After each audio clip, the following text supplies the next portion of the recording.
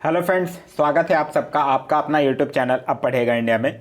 आज हम लोग इस वीडियो में देखेंगे जो हम लोगों ने बिहार दरोगा प्रारंभिक परीक्षा 2021 के लिए जो हम लोगों ने super fast revision series start कर रखा है, उस सीरीज में आज आगे बढ़ते हुए हम लोग देखेंगे रिवीजन सेट नंबर 47। इससे पहले ऑलरेडी 46 सेट जो है वो रिवीजन का अपलोडेड है।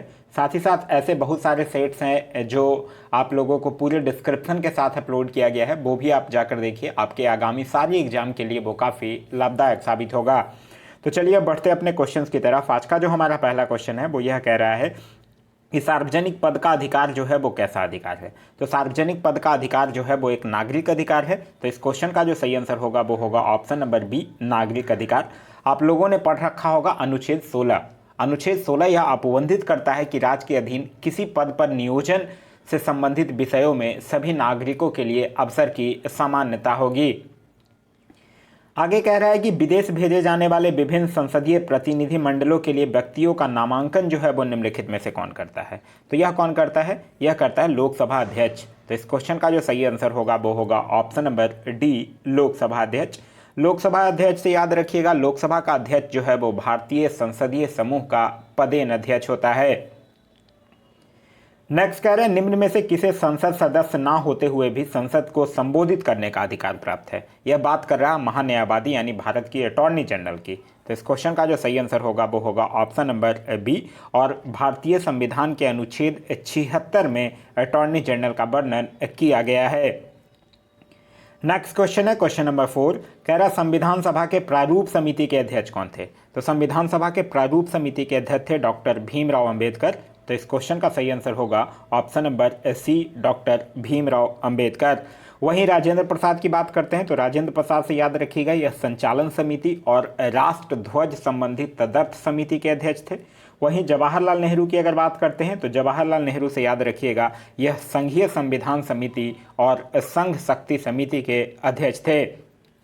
वहीं अगर हम लोग प्रारूप समिति की बात करते हैं तो प्रारूप समिति से याद रखिएगा 29 अगस्त 1947 को संविधान सभा ने नवीन संविधान का प्रारूप तैयार करने के लिए एक समिति का गठन किया था, जिसको कि प्रारूप समिति के नाम से जाना जाता है, और इस समिति में कुल 7 सदस्य थे। नेक्स्ट है कि हमारे राष्ट्रीय ध्वज के मध्य में स्थित धर्म चक्र का रंग कैसा होता है। तो हमारे राष्ट्रीय ध्वज के मध्य में गहरे नीले रंग का धर्म चक्र होता है, और इसका प्रारूप जो है वो सारनाथ में स्थित अशोक के सिंह स्तंभ पर बने चक्र से लिया गया है। तो इस क्वेश्चन का जो सही आंसर होगा वो होगा ऑप्शन नंबर ए, गहरा नीला। नेक्स्ट है हमारा कि भारत में कुल कितने क्षेत्रीय परिषद हैं। तो भारत की अगर बात करते हैं तो भारत में कुल 5 क्षेत्रीय परिषद हैं, जिसका गठन जो है वो राष्ट्रपति के द्वारा किया जाता है, और गृह मंत्री जो होते हैं वो इसके अध्यक्ष होते हैं। तो इस क्वेश्चन का जो सही आंसर होगा वो होगा ऑप्शन नंबर सी, 5। क्षेत्रीय परिषद से एक चीज़ याद रखिएगा, क्षेत्रीय परिषद जो है वो एक संविनियोजित निकाय है, जिसकी स्थापना जो है वो राज्य पुनर्गठन अधिनियम 1956 के द्वारा की गई थी। नेक्स्ट कह रहा है कि संविधान के किस अनुच्छेद में प्राथमिक स्तर पर मातृभाषा में शिक्षा देने की बात की गई है। तो यह किया गया है अनुच्छेद 350 के ए में। तो इस क्वेश्चन का जो सही आंसर होगा वो होगा ऑप्शन नंबर सी, अनुच्छेद 350 के ए में। वहीं अनुच्छेद 351 जो है वो हिंदी भाषा को प्रोत्साहित करने की बात कही गई है। राजभाषा की अगर हम लोग बात करते हैं तो राजभाषा से याद रखिएगा, संविधान के भाग 17 के अनुच्छेद 343 के अनुसार संघ की राजभाषा हिंदी और लिपि देवनागरी है। नेक्स्ट कह रहा है कि किस राष्ट्रपति के निर्वाचन के समय दूसरे चक्र की मतगणना करनी पड़ी थी। यह बात कर रहा है बीबी गिरी की। तो इस क्वेश्चन का जो सही आंसर होगा वो होगा ऑप्शन नंबर बी, बीबी गिरी। बीबी गिरी एकमात्र ऐसे राष्ट्रपति थे जिनके निर्वाचन के समय दूसरे चक्र की मतगणना करनी पड़ी थी, और बीबी गिरी का जो टाइम पीरियड था वो था 1969 से लेकर 1974 तक। नेक्स्ट कह रहा है कि किसी राज्य विधान परिषद में सदस्यों की न्यूनतम संख्या कितनी हो सकती है। तो सदस्यों की न्यूनतम संख्या जो है वो 40 हो सकती है। तो इस क्वेश्चन का जो सही आंसर होगा वो होगा ऑप्शन नंबर सी, 40 हो सकती है, और विधानसभा के कुल सदस्यों की संख्या की 1/3 से अधिक नहीं हो सकती है। तो यह दोनों चीज याद रखिएगा। नेक्स्ट कह रहा है कि निम्न में से कौन जो है वो संघ सूची के अंतर्गत नहीं आता है, यह पूछ रहा है। टेलीफोन आता है, रक्षा आता है, डाक आता है। लोक स्वास्थ्य की बात करते हैं तो लोक स्वास्थ्य जो है वो संघ सूची नहीं बल्कि यह राज्य सूची के अंतर्गत आता है। नेक्स्ट कह रहा है कि राष्ट्रीय विकास परिषद का गठन जो है वो कब किया गया था। तो राष्ट्रीय विकास परिषद का जो गठन है वो 6 अगस्त 1952 को किया गया था, जिसके जो राष्ट्रीय विकास परिषद जो होता है इसके अध्यक्ष जो होते हैं वो प्रधानमंत्री होते हैं, और यह न तो संवैधानिक निकाय है और ना ही सांविधिक निकाय है। तो इस क्वेश्चन का जो सही आंसर होगा वो होगा ऑप्शन नंबर डी 1952। नेक्स्ट कह रहा है कि राज्य लोक सेवा आयोग के सदस्यों का कार्यकाल जो है वो कितने वर्षों का होता है। तो राज्य लोक सेवा आयोग के सदस्यों का कार्यकाल जो है वो 6 वर्ष या 62 वर्ष की उम्र जो भी पहले हो जाए तब वो अवकाश प्राप्त कर लेंगे। तो इस क्वेश्चन का जो सही आंसर होगा वो होगा ऑप्शन नंबर सी 6 वर्ष। नेक्स्ट कह रहा है शारदा एक्ट को किसके कार्यकाल के दौरान पारित किया गया था। तो शारदा एक्ट जो है वो 1930 में हरबिलास शारदा के प्रयासों से पारित किया गया था। यह जनरली एक विवाह निषेध कानून था जिसमें लड़कों की विवाह की आयु जो है वो 18 वर्ष और लड़कियों की आयु जो है वो 14 वर्ष निर्धारित की गई थी। अब बात है 1930 में। तो 1930 में किसका कार्यकाल था? लॉर्ड इरविन का कार्यकाल था, क्योंकि आप लोगों ने पढ़ रखा होगा कि लॉर्ड इरविन का जो कार्यकाल है वो 1926 से लेकर 1931 तक। तो इस क्वेश्चन का जो सही आंसर होगा वो होगा option number B Lord Irwin. Next कह रहा है कि पील कमीशन की सिफारिशों के बाद भारतीय सैनिकों तथा यूरोपीय सैनिकों की संख्या का अनुपात कितना था। तो पील कमीशन की बात हम लोग अगर करते हैं तो 1857 के मामले के जांच हेतु पील कमीशन को नियुक्त किया गया था, और पील कमीशन जो था इससे पहले था 5:1, लेकिन पील कमीशन के बाद कितना कर दिया गया था? 2:1 कर दिया गया था। तो इस क्वेश्चन का जो सही आंसर होगा वो होगा ऑप्शन नंबर डी 2:1। आगे कह रहा है कि किसने कहा था कि कांग्रेस जो है वो याचना करने वाली संस्था है। तो यह किसके द्वारा कहा गया था? बिपिन चंद्र पाल के द्वारा कहा गया था कि कांग्रेस जो है वो याचना करने वाली संस्था है। तो इस क्वेश्चन का जो सही आंसर होगा वो होगा ऑप्शन नंबर सी बिपिन चंद्र पाल। वहीं लाला लाजपत राय से याद रखिएगा, लाला लाजपत राय के अनुसार कांग्रेस जो है वो लॉर्ड डफरीन की दिमाग की उपज थी। आगे कह रहा है कि सर्वप्रथम स्वराज शब्द का प्रयोग जो है वो किसने किया था। तो सर्वप्रथम स्वराज शब्द का प्रयोग जो है वो दयानंद सरस्वती के द्वारा किया गया था। तो इस क्वेश्चन का जो सही आंसर होगा वो होगा option number C Dayanand Saraswati. Dayanand Saraswati से याद रखिएगा, इन्होंने 1875 में आर्य समाज की भी स्थापना किया था। आगे कह रहा है सुलेखन क्या होता है। तो सुंदर हस्तलेखन को सुलेखन कहा जाता है। तो इस क्वेश्चन का सही आंसर होगा ऑप्शन नंबर ए सुंदर हस्तलेखन। आगे है कि सिंधु घाटी सभ्यता के दौरान अग्निकुंड का साक्ष्य जो है वो किस स्थान से प्राप्त हुआ है। तो यह जो है वो कालीबंगन से हुआ है। तो इस क्वेश्चन का सही आंसर होगा वो होगा ऑप्शन नंबर बी। इसकी खोज जो है वो 1953 में किया गया था। यह जो है वो घग्गर नदी के किनारे स्थित है। नेक्स्ट कह रहा है कठोपनिषद किस वेद का उपनिषद है। तो यह जो है वो यजुर्वेद का है। तो इस क्वेश्चन का सही आंसर होगा option number C Yajurveda. Next कह रहा है कि किस प्रसिद्ध शासक ने कलिंग को मगध क्षेत्र में मिलाया था। तो कलिंग को मगध क्षेत्र में किसने मिलाया था? महापद्मानंद ने मिलाया था। तो इस क्वेश्चन का जो सही आंसर होगा वो होगा ऑप्शन नंबर सी महापद्मानंद। और एक चीज़ और याद रखिएगा, महापद्मानंद ने ही कलिंग से जीन की मूर्ति को उठाकर मगध में लाया था।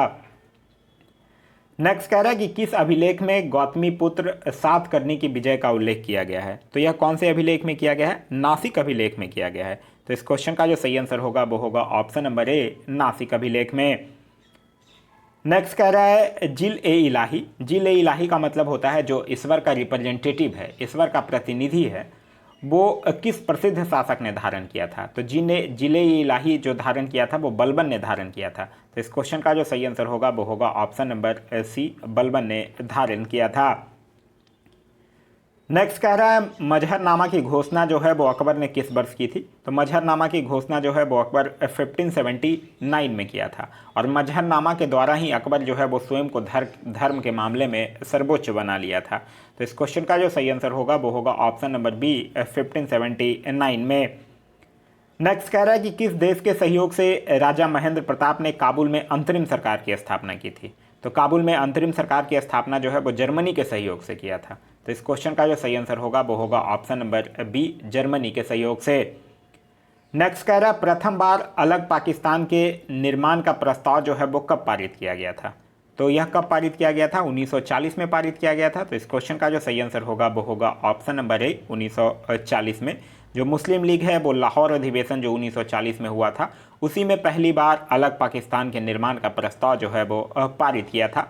एक चीज़ और याद रखिएगा, जो मुस्लिम लीग है वो 23 मार्च 1943 को पाकिस्तान दिवस के रूप में मनाया था।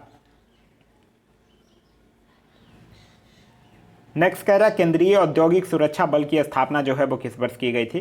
तो केंद्रीय औद्योगिक सुरक्षा बल की स्थापना जो है वो 1969 में किया गया था। तो इस क्वेश्चन का सही आंसर होगा ऑप्शन नंबर डी, 1969 में। नेक्स्ट कह रहा है निम्नलिखित में से कौन सा ऐसा देश है जो क्षेत्रफल तथा जनसंख्या दोनों क्षेत्र में समान स्थान रखता है। यह बात कर रहा है ब्राज़ील की, क्योंकि ब्राज़ील जो है वो एकमात्र ऐसा देश है जो क्षेत्रफल की दृष्टि से और जनसंख्या की दृष्टि से दोनों दृष्टि से विश्व में 5वां स्थान रखता है। तो इस क्वेश्चन का सही आंसर होगा ऑप्शन नंबर बी, ब्राज़ील। वहीं अगर हम लोग क्षेत्रफल की दृष्टि से बात करते हैं तो पहले नंबर पे है रसिया, दूसरे नंबर पे कनाडा, तीसरे पे चीन, चौथे पे अमेरिका और 5वें पे ब्राज़ील। और अगर जनसंख्या की दृष्टि से बात करते हैं तो पहले नंबर पे चीन, दूसरे पे भारत, तीसरा पे अमेरिका, चौथा पे इंडोनेशिया और 5वां पे ब्राज़ील। नेक्स्ट क्वेश्चन है कि कंचनजंगा पर्वत जो है वो हिमालय के किस श्रेणी के अंतर्गत आता है।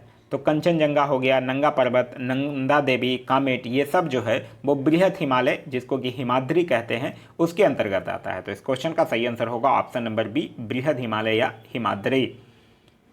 नेक्स्ट कह रहा है मालदीव एवं मिनिकॉय के मध्य कौन सा चैनल अवस्थित है। तो मालदीव और मिनिकॉय के मध्य 8 डिग्री चैनल अवस्थित है। तो इस क्वेश्चन का सही आंसर होगा option number A, 8 degree channel. देखिए 8 डिग्री चैनल जो है वो मालदीव और मिनिकॉय के मध्य, 9 डिग्री चैनल जो है वो लक्षद्वीप और मिनिकॉय के मध्य, और 10 डिग्री चैनल जो है वो छोटा अंडमान और कार निकोबार के मध्य। नेक्स्ट कह रहा है बिहार जलप्रपात निम्नलिखित में से किस नदी पर अवस्थित है। तो बिहार जलप्रपात जो है वो टॉन्स नदी पर स्थित है। तो इस क्वेश्चन का जो सही आंसर होगा वो होगा ऑप्शन नंबर डी, टॉन्स नदी। टॉन्स नदी जो है वो यमुना की सहायक नदी है। नेक्स्ट कह रहा है कि लाल मिट्टी का लाल रंग किसकी उपस्थिति के कारण होता है। तो यह जो है वो फेरस ऑक्साइड यानी लौह ऑक्साइड की उपस्थिति के कारण होता है। तो इस क्वेश्चन का जो सही आंसर होगा वो होगा ऑप्शन नंबर बी, लौह ऑक्साइड। और लाल मिट्टी की अगर बात करते हैं तो इसमें नाइट्रोजन और फास्फोरस की कमी होती है और सिलिका और आयरन की बहुलता पाई जाती है। नेक्स्ट कह रहा है प्रायद्वीपीय भारत में सिंचाई का प्रमुख साधन क्या है। तो प्रायद्वीपीय भारत में सिंचाई का प्रमुख साधन जो है वो तालाब है। तो इस क्वेश्चन का सही आंसर होगा वो होगा ऑप्शन नंबर सी, तालाब। और तालाब द्वारा जो सर्वाधिक सिंचाई है वो भारत के तमिलनाडु राज्य में की जाती है। नेक्स्ट कह रहा है कि कुल्सी एवं धनसिरी किसकी सहायक नदी है। तो कुल्सी और धनसिरी जो है वो किसकी सहायक नदी है, ब्रह्मपुत्र की सहायक नदी है। कुल्सी, धनसिरी, मानस, तीस्ता ये सब जो है वो ब्रह्मपुत्र की सहायक नदी है। तो इस क्वेश्चन का सही आंसर होगा ऑप्शन नंबर सी, ब्रह्मपुत्र। और ब्रह्मपुत्र का जो उद्गम है वो तिब्बत के मानसरोवर झील से होता है। नेक्स्ट कह रहा है कि निम्नलिखित में से किस झील की अवस्थिति केवल एक देश में है। तो यह बात कर रहा है मिशिगन झील की, क्योंकि मिशिगन झील का जो विस्तार है वो केवल संयुक्त राज्य अमेरिका में ही है। तो इस क्वेश्चन का जो सही आंसर होगा वो होगा ऑप्शन नंबर ए, मिशिगन झील जो है वो इसकी अवस्थिति सिर्फ और सिर्फ संयुक्त राज्य अमेरिका में है। बाद बाकी सबकी अवस्थिति जो है वो एक से अधिक देशों में है। जैसे अगर बात करते हैं सुपीरियर झील की, तो सुपीरियर झील का जो विस्तार है वो अमेरिका और कनाडा दोनों देशों में है। नेक्स्ट कह रहा है फॉकलैंड जलधारा का संबंध किस महासागर से है। तो फॉकलैंड जलधारा जो है वो अटलांटिक महासागर की ठंडी जलधारा है। तो इस क्वेश्चन का जो सही आंसर होगा वो होगा ऑप्शन नंबर सी, अटलांटिक महासागर की ठंडी जलधारा है। नेक्स्ट कह रहा है कि रोहिला राष्ट्रीय उद्यान जो है वो किस राज्य में अवस्थित है। तो रोहिला राष्ट्रीय उद्यान जो है वो हिमाचल प्रदेश में अवस्थित है। तो इस क्वेश्चन का सही आंसर होगा ऑप्शन नंबर सी, हिमाचल प्रदेश में अवस्थित है। नेक्स्ट कह रहा है कि भारत में द्वितीय हरित क्रांति की शुरुआत जो है वो कब हुई थी। तो भारत में द्वितीय हरित क्रांति की शुरुआत जो है वो 1983-84 में हुई थी। तो इस क्वेश्चन का जो सही आंसर होगा वो होगा ऑप्शन नंबर सी, 1983-84 में। नेक्स्ट कह रहा है पड़ोसी देश म्यांमार के साथ कितने भारतीय राज्य की सीमा साझा करते हैं। तो म्यांमार के साथ 4 राज्य जो है वो सीमा साझा करता है, और टोटल म्यांमार जो है वो 1643 किलोमीटर की बाउंड्री जो है वो भारत के साथ साझा करता है। देखिए म्यांमार जो है वो 4 राज्यों किसके किसके साथ सीमा साझा करेगा, अरुणाचल प्रदेश, मिजोरम, नागालैंड और मणिपुर। वहीं अगर भारत की बात करते हैं तो भारत के कुल 7 पड़ोसी देश हैं, बांग्लादेश, चीन, पाकिस्तान, नेपाल, म्यांमार, भूटान और अफगानिस्तान। नेक्स्ट कह रहा है निम्नलिखित में से कौन सा दर्रा जो है वो उत्तराखंड में अवस्थित नहीं है, यह आपसे पूछ रहा है। माना दर्रा है, नीतू दर्रा है, लिपुलेख दर्रा भी है, नाथुला दर्रा नहीं है। ठीक है, यहाँ पूछ रहा है, अच्छा निम्नलिखित में से कौन सा दर्रा जो है वो उत्तराखंड में अवस्थित नहीं है। हाँ, तो नाथुला दर्रा नहीं है, तो इस क्वेश्चन का जो सही आंसर होगा वो होगा ऑप्शन नंबर डी, क्योंकि नाथुला दर्रा जो है वो कहाँ अवस्थित है, सिक्किम में अवस्थित है। तो इस क्वेश्चन का जो सही आंसर होगा वो होगा ऑप्शन नंबर डी, नाथुला दर्रा। नाथुला दर्रा जो है वो दार्जिलिंग तथा चुंबी घाटी होकर तिब्बत जाने का मार्ग है। नेक्स्ट कह रहा है रिजर्व बैंक ऑफ इंडिया का प्रतीक चिन्ह निम्न में से क्या है। तो रिजर्व बैंक ऑफ इंडिया का प्रतीक चिन्ह जो है वो ताड़ ब्रिज के सामने एक बाग है। तो इस क्वेश्चन का सही आंसर होगा वो होगा ऑप्शन नंबर सी। वहीं रिजर्व बैंक ऑफ इंडिया की बात करते हैं तो इसकी स्थापना जो है वो 1935 में हुआ है और इसका नेशनलाइजेशन जो है वो 1949 में हुआ है। नेक्स्ट कह रहा है नगद आरक्षित अनुपात तथा खुले बाजार की संक्रियाओं में विचरण किसके साधन है। तो यह जो है वो मौद्रिक नीति के साधन है। बैंक दर नीति हो गया, खुला बाजार परिचालन हो गया, नगद आरक्षित अनुपात हो गया, यह सब जो है वो मौद्रिक नीति के साधन है। तो इस क्वेश्चन का जो सही आंसर होगा वो होगा option number D, monetary policy. Next कह रहा है अन्नपूर्णा योजना की शुरुआत जो है वो किस वर्ष की गई थी। तो अन्नपूर्णा योजना की शुरुआत जो है वो 2 अक्टूबर 2000 को गाजियाबाद से किया गया था। तो इस क्वेश्चन का जो सही आंसर होगा वो होगा ऑप्शन नंबर सी, 2 अक्टूबर 2000। नेक्स्ट कह रहा है बाई के अलग समिति का संबंध जो है वो किससे है। तो बाई के अलग समिति का संबंध जो है वो गरीबी से है। तो इस क्वेश्चन का जो सही आंसर होगा वो होगा ऑप्शन नंबर सी, गरीबी से। आप लोगों ने एक चीज़ पढ़ रखा होगा कि ग्रामीण और शहरी क्षेत्रों के लिए अलग अलग कैलोरी की मात्रा निर्धारित की गई थी। मतलब शहरी के लिए 2100 कैलोरी और ग्रामीणों के लिए 2400 कैलोरी। वो यही बाई के अलग समिति के द्वारा ही पहली बार किया गया था। नेक्स्ट कह रहा है कि किस प्रधानमंत्री के कार्यकाल के दौरान 14 प्रमुख व्यावसायिक बैंकों का राष्ट्रीयकरण किया गया था। तो 14 प्रमुख बैंकों का राष्ट्रीयकरण कब किया गया था। 15 अप्रैल 1969 को किया गया था। और 1969 में कौन थे प्रधानमंत्री, इंदिरा गांधी थी। तो इस क्वेश्चन का जो सही आंसर होगा वो होगा option number B, Indira Gandhi. एक चीज़ और याद रखिएगा, वर्तमान समय में भारत में सार्वजनिक क्षेत्रों की बैंकों की संख्या जो है वो 12 हो गई है। नेक्स्ट कह रहा है प्लानिंग एंड द पुअर पुस्तक का संबंध किससे है। तो प्लानिंग एंड द पुअर का संबंध जो है वो B.S. मिन्हास से है। तो इस क्वेश्चन का सही आंसर होगा option number B, B.S. Minhas से। नेक्स्ट कह रहा है कि विश्व विरासत संधि पर भारत ने किस वर्ष हस्ताक्षर किया था। तो विश्व विरासत संधि जो है वो पर्यावरणीय स्थल के संरक्षण से संबंधित है, जिसपे भारत जो है वो 1976 में किया था। तो इस क्वेश्चन का सही आंसर होगा ऑप्शन नंबर डी, 1976 में। नेक्स्ट कह रहा है कि भारतीय वन प्रबंधन संस्थान का मुख्यालय कहाँ स्थित है। तो भारतीय वन प्रबंधन संस्थान का मुख्यालय जो है वो भोपाल में स्थित है। तो इस क्वेश्चन का सही आंसर होगा वो होगा ऑप्शन नंबर बी, भोपाल में। वहीं अगर आपसे पूछ ले कि केंद्रीय वन अनुसंधान संस्थान कहाँ स्थित है, तब आपका आंसर जो होगा वो देहरादून होगा। और अगर पूछ ले कि राष्ट्रीय पर्यावरण शोध संस्थान कहाँ स्थित है, तब आपका आंसर जो है वो नागपुर होगा। नेक्स्ट कह रहा है निम्नलिखित में से कौन जो है वो इनपुट डिवाइस का उदाहरण नहीं है। तो स्कैनर इनपुट है, जॉयस्टिक भी है, कीबोर्ड भी है। प्रिंटर इनपुट डिवाइस का नहीं है, क्योंकि प्रिंटर जो है वो एक आउटपुट डिवाइस है। तो इस क्वेश्चन का सही आंसर होगा option number B, printer.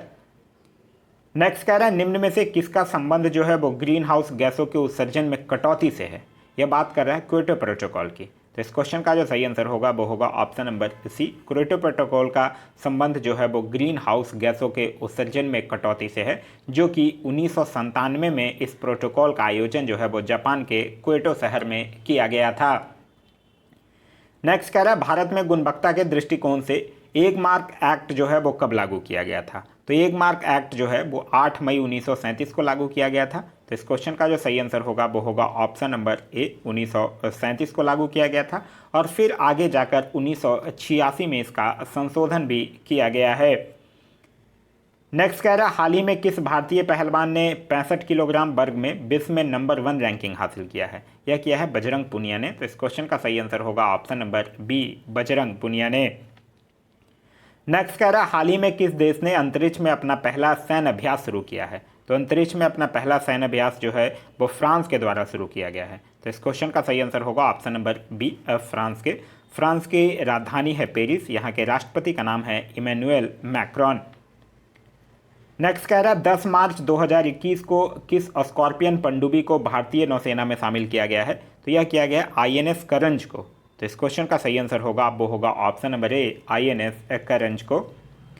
Next कह रहा है कि किस कंपनी ने भारत में महिला सशक्तिकरण के लिए अनुदान में 25 मिलियन अमेरिकी डॉलर का अनावरण किया है? यह किया है गूगल ने। तो इस क्वेश्चन का सही आंसर होगा वो होगा option number A Google. Google के तत्कालीन सीईओ का नाम है सुंदर पिचई।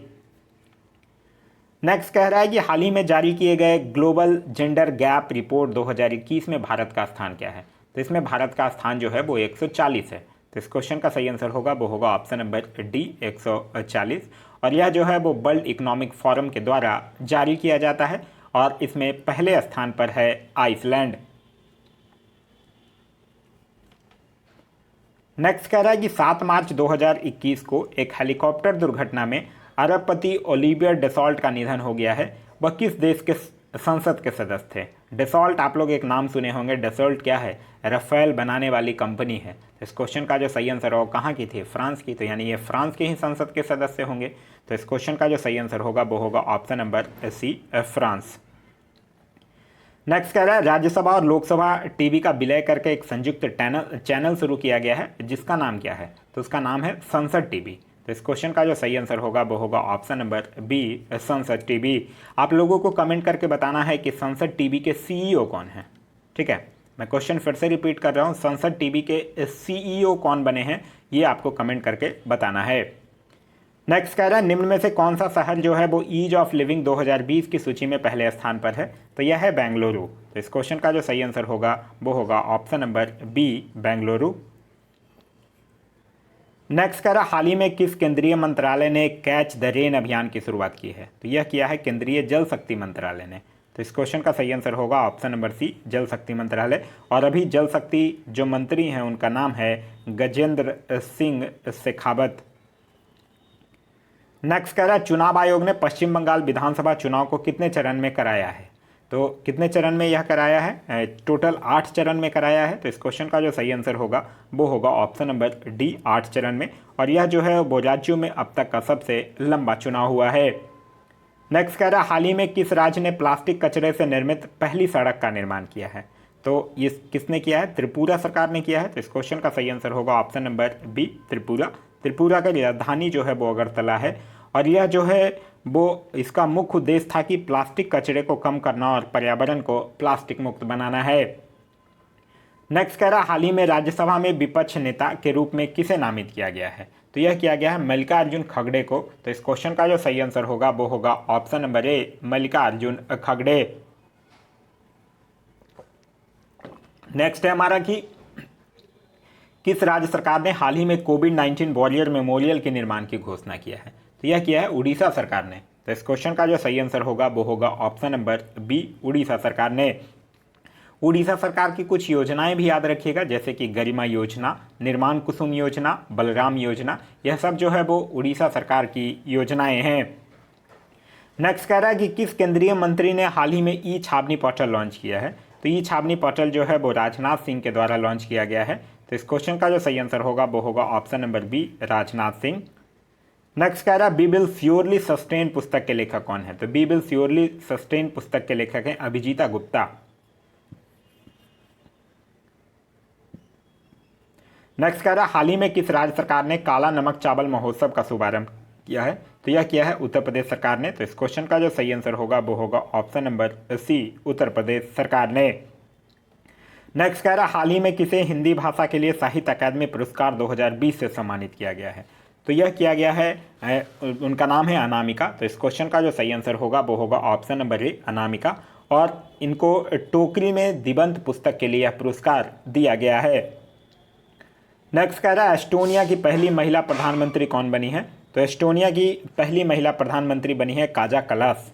तो इस क्वेश्चन का जो सही आंसर होगा वो होगा option number A Kaja Kallas. वहीं एस्टोनिया की राजधानी की अगर बात करते हैं तो एस्टोनिया की राजधानी है टालिन। नेक्स्ट है हमारा कि वर्ल्ड वेटलैंड्स डे 2021 का थीम क्या है? तो वर्ल्ड वेटलैंड्स डे 2021 का थीम जो है वो है वेटलैंड्स एंड वाटर। और यह मनाया कब जाता है? यह मनाया जाता है कब? 2 फरवरी को। नेक्स्ट कह रहा है कि आर्थिक सर्वेक्षण 2020-21 के अनुसार वित्त वर्ष 2021-22 में भारत की वास्तविक जीडीपी जो है वो कितने प्रतिशत बढ़ने का अनुमान है? सॉरी। तो यह जो है वो 11% बढ़ने का अनुमान है। तो इस क्वेश्चन का जो सही आंसर होगा वो होगा ऑप्शन नंबर सी 11%। नेक्स्ट कह रहा है कि 51वें दादा साहेब फाल्के अवार्ड के लिए किस अभिनेता को चुना गया है। तो रजनीकांत को चुना गया है। तो इस क्वेश्चन का जो सही आंसर होगा वो होगा ऑप्शन नंबर बी रजनीकांत। देखिए 51वां पूछ रहा है, 51वां है रजनीकांत, 50वां पूछेगा तब वो है अमिताभ बच्चन और 49वां पूछेगा तो उनका नाम था विनोद खन्ना। नेक्स्ट कह रहा है जनवरी 2021 में किस राज्य में 1600 टन लिथियम भंडार की खोज की गई है। तो यह किया गया है कर्नाटक में। तो इस क्वेश्चन का सही आंसर होगा option number C Karnataka. Karnataka से याद रखिएगा, कर्नाटक जो है वो कॉफ़ी, सूरजमुखी, मक्का, सोना ये सब के उत्पादन में भारत का सबसे अग्रणी राज्य है। नेक्स्ट है हमारा 51वां फिल्म महोत्सव के लिए फोकस देश के रूप में किसे चुना गया था। तो बांग्लादेश जो था वो 51वां अंतर्राष्ट्रीय फिल्म महोत्सव का फोकस देश था। तो इस क्वेश्चन का सही आंसर होगा वो होगा ऑप्शन नंबर डी बांग्लादेश। वहीं इसका आयोजन जो है वो गोवा में किया गया था और साथ ही साथ याद रखिएगा 52वां अंतर्राष्ट्रीय फिल्म महोत्सव का भी आयोजन जो है वो गोवा में किया जाएगा। नेक्स्ट कह रहा हाल ही में सर्वोच्च न्यायालय के मुख्य न्यायाधीश के रूप में किसे नियुक्त किया गया है। यह नियुक्त किया गया NB रमन्ना को। तो इस क्वेश्चन का जो सही आंसर होगा वो होगा ऑप्शन नंबर बी और यह जो है वो भारत के 48वें मुख्य न्यायाधीश के रूप में शपथ लेंगे। इससे पहले थे 47वां थे कौन, शरद अरविंद बोबड़े। अब कौन है, NB रमन्ना जो कि 48वें हैं। नेक्स्ट कह रहा हाल ही में किए गए घोषणा के अनुसार भारत किस देश में रूपपुर परमाणु योजना संयंत्र स्थापित करेगा। तो भारत जो है वो रूपपुर करेगा कहाँ, बांग्लादेश में। तो इस क्वेश्चन का जो सही आंसर होगा वो होगा ऑप्शन नंबर बी बांग्लादेश। और यह जो प्लांट है वो इसकी 2 इकाइयाँ होंगी और प्रत्येक इकाइयाँ जो है वो 1200 मेगावाट जो है वो बिजली उत्पन्न करेगा। और यह जो परमाणु ऊर्जा संयंत्र है इसका निर्माण जो है वो बांग्लादेश के पाबना जिले के पद्मा नदी के किनारे किया जा रहा है। नेक्स्ट कह रहा है 2 निकायों के बीच ऊष्मा की प्रवाह की दिशा जो है वो किस पर निर्भर करती है। तो यह दिशा जो है वो उनके अपने तापमान पर निर्भर करेगी। तो इस क्वेश्चन का जो सही आंसर होगा वो होगा ऑप्शन नंबर ए। नेक्स्ट कह रहा है कि नीले रंग तथा हरे रंग के मिश्रण से कौन सा रंग प्राप्त होता है। तो नीला और हरा रंग मिलके क्या बनता है, सियान यानी। तो इस क्वेश्चन का सही आंसर होगा ऑप्शन नंबर ए। वहीं अगर लाल और नीला पूछ दे तब लाल और नीला मिलकर बनेगा मैजेंडा, लाल और हरा बन के मिलेगा पीला और लाल और हरा और नीला मिलकर बनेगा सफ़ेद।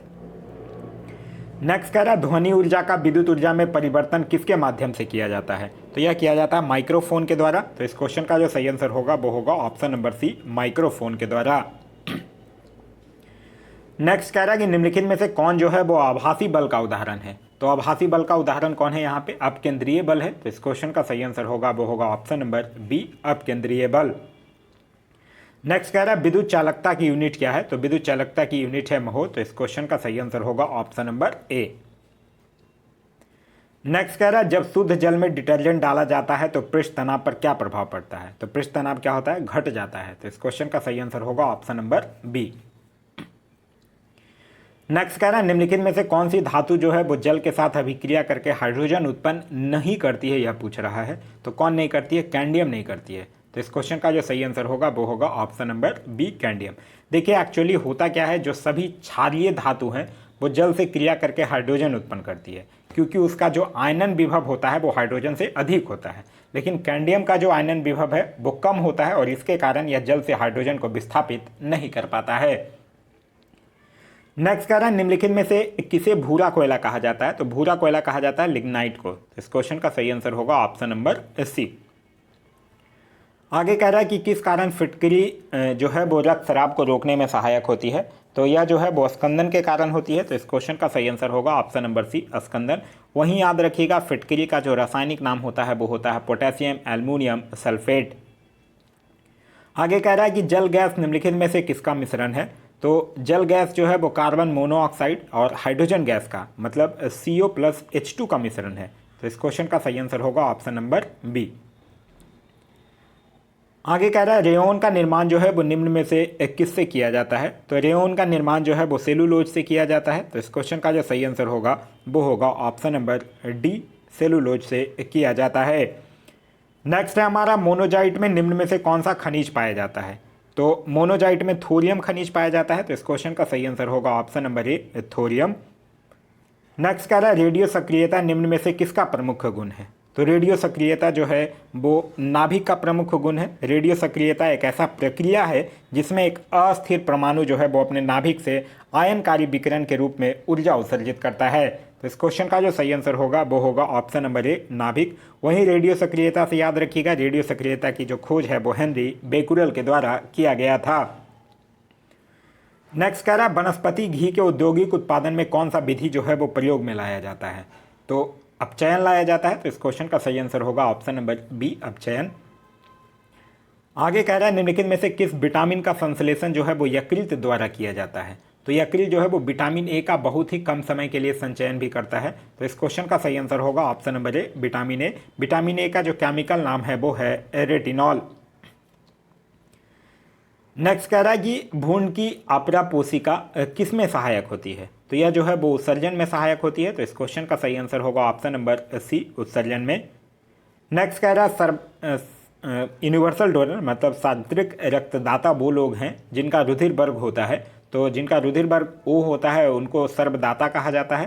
तो इस क्वेश्चन का सही आंसर होगा वो होगा ऑप्शन नंबर ए। नेक्स्ट कह रहा है कि किस सिरा के द्वारा फेफड़े से हृदय में शुद्ध रक्त का प्रवाह होता है। सिरा का मतलब आप लोग समझते ही होंगे, सिरा का मतलब होता है वेंस। शरीर से हृदय की ओर रक्त ले जाने वाली रक्त वाहिनी को क्या कहा जाता है, सिरा यानी कि वेंस कहा जाता है।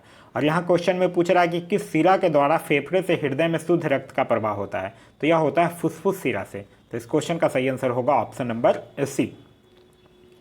नेक्स्ट कह रहा है कि गुणसूत्रों में होता है। तो गुणसूत्रों में क्या होता है, डीएनए और प्रोटीन होता है। तो इस क्वेश्चन का जो सही आंसर होगा वो होगा ऑप्शन नंबर सी, डीएनए और हिस्टोन नामक प्रोटीन के द्वारा इसका निर्माण मुख्य रूप से होता है।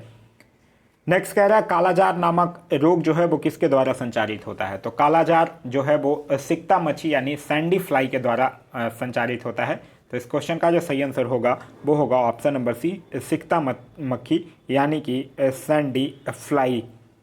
तो यह था हमारा आज का वीडियो। आज का वीडियो आप लोगों को कैसा लगा कमेंट करके ज़रूर बताइएगा। साथ ही साथ वीडियो में मैं आप लोगों से एक क्वेश्चन भी पूछा हूं, उस क्वेश्चन का भी आंसर आप लोग कमेंट करके ज़रूर बताइएगा। वीडियो पसंद आया तो अपने दोस्तों के साथ शेयर करना ना भूलें। अभी तक आप इस चैनल पर नए हैं या चैनल को सब्सक्राइब नहीं किए हैं तो चैनल को सब्सक्राइब कर लीजिए और साथ ही साथ बेल आइकन दबा लीजिए ताकि हमारे सारे वीडियो के नोटिफिकेशन आपको मिलते रहें। Thanks for watching.